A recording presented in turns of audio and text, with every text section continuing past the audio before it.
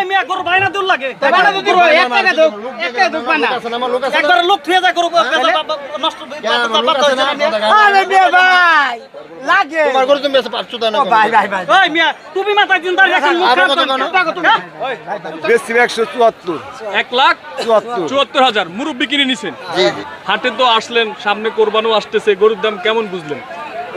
মোটামুটি ভালো। আপনি তো কম বলবেন, আপনারা তো বিক্রি করেন। ওটা 7 মণ গোছ আছে ভাই হ্যাঁ 7 মণ গরু 7 মণ মাংস আছে 7 মণ গোছ আছে। আচ্ছা গরু দেখাবো।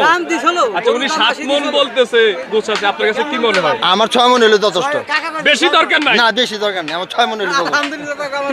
তাইলে আলহামদুলিল্লাহ। হ্যাঁ গো 8 মণ 10 মণ আমার 6 মণ টার্গেট আলহামদুলিল্লাহ। কতক্ষণ ঘোরাফেরা করে গরু কিনছেন? আমি আই গেলে আধা ঘন্টা আসছি। আধা ঘন্টা আসছে। আচ্ছা আচ্ছা এই গরুটা নাকি 1 লাখ কত? 174 1,74,000 টাকায়। দর্শক এই গরুটা বিক্রি হয়ে গেল হযরতপুর গরুর হাটে। আমরা যদি একটু ঘুরে ঘুরে গরুটা দেখাই, মাশাআল্লাহ গরুটা লম্বা গরু, গরুটা কিন্তু লম্বা। এটা কি ডবল বডি বলে? যাই হোক আমরা তো আর এত কিছু বুঝি না। ডবল বডি গরু বিক্রি হয়ে গেল 1,74,000 টাকায় এই গরুটা বিক্রি হয়ে গেল। খুবই সুন্দর একটি গরু। আমরা যদি একটু ভালো করে দেখাই, কঠিন দামাদামির পর হযরতপুর গরুর হাটে এই গরুটা বিক্রি হয়ে গেল 1,74,000 টাকা।